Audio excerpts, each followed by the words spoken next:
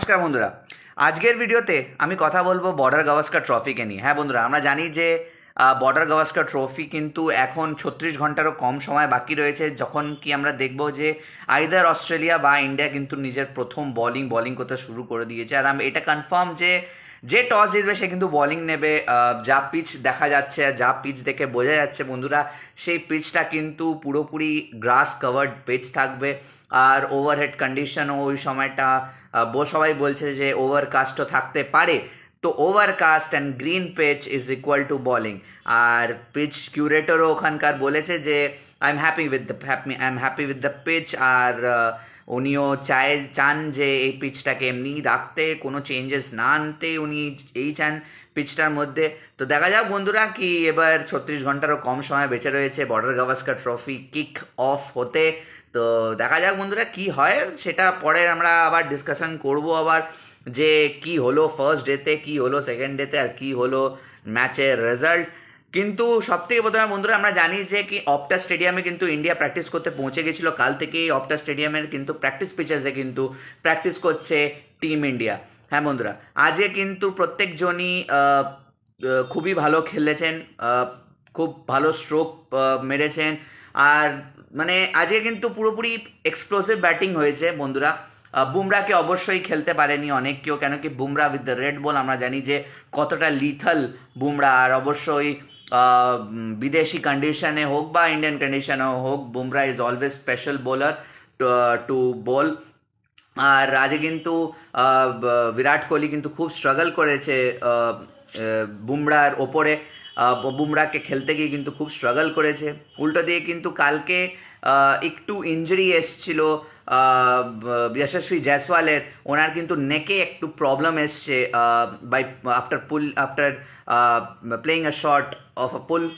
আর এখনও আমরা দেখতে পাচ্ছি কালকে কিন্তু অল্প প্র্যাকটিস করে উনি বেরিয়ে গেছিলেন। আর আজকেও কিন্তু ওনাকে দেখা গেছে নেকে কিন্তু একটা স্ট্র্যাপ পরে উনি ব্যাটিং করছিলেন। তো এটা কিন্তু ম্যাচ শুরু হওয়ার আগেই কিন্তু আমরা 2-3 জনকে মানে একদম ডিসকাউন্ট করে পড়ে যাচ্ছে ওরা, মানে বুঝতে পারছি না কি হবে। তো এখন ম্যাচ শুরু হয়নি, 5খানা টেস্ট ম্যাচ রয়েছে, অনেক লম্বা ট্যুর। আর নতুন ইয়াং প্লেয়ার, আমি জানি যে ইঞ্জারি হতেই পারে, injury is the part and parcel of the game, but খেলা শুরু হওয়ার আগেই কিন্তু এই খবরগুলো কিন্তু মোটেই ভালো না অ্যাজ অ্যান ইন্ডিয়ান। তো আরেকটা খবর আছে বন্ধুরা, যে দেবদত্ত পাটিকালকে কিন্তু মেন স্কোয়াডে কিন্তু অ্যাডমিট করে নেওয়া হয়েছে, মেন স্কোয়াডে ওনাকে নিয়ে নেওয়া হয়েছে। And there might be a possibility, and this possibility is rising day by day. আর পসিবিলিটিটা কিন্তু রাইজ হয়ে গিয়ে কিন্তু 90% কি ঠেকেছে বন্ধুরা, যে শুভমান গিলও কিন্তু হয়তো ফার্স্ট টেস্ট ম্যাচটা না খেলতে পারে। আমরা কালকে আপনাদেরকে জানিয়েছিলাম আমি যে ওনার কিন্তু হাত আঙুলের মাসল ফেটে গেছে।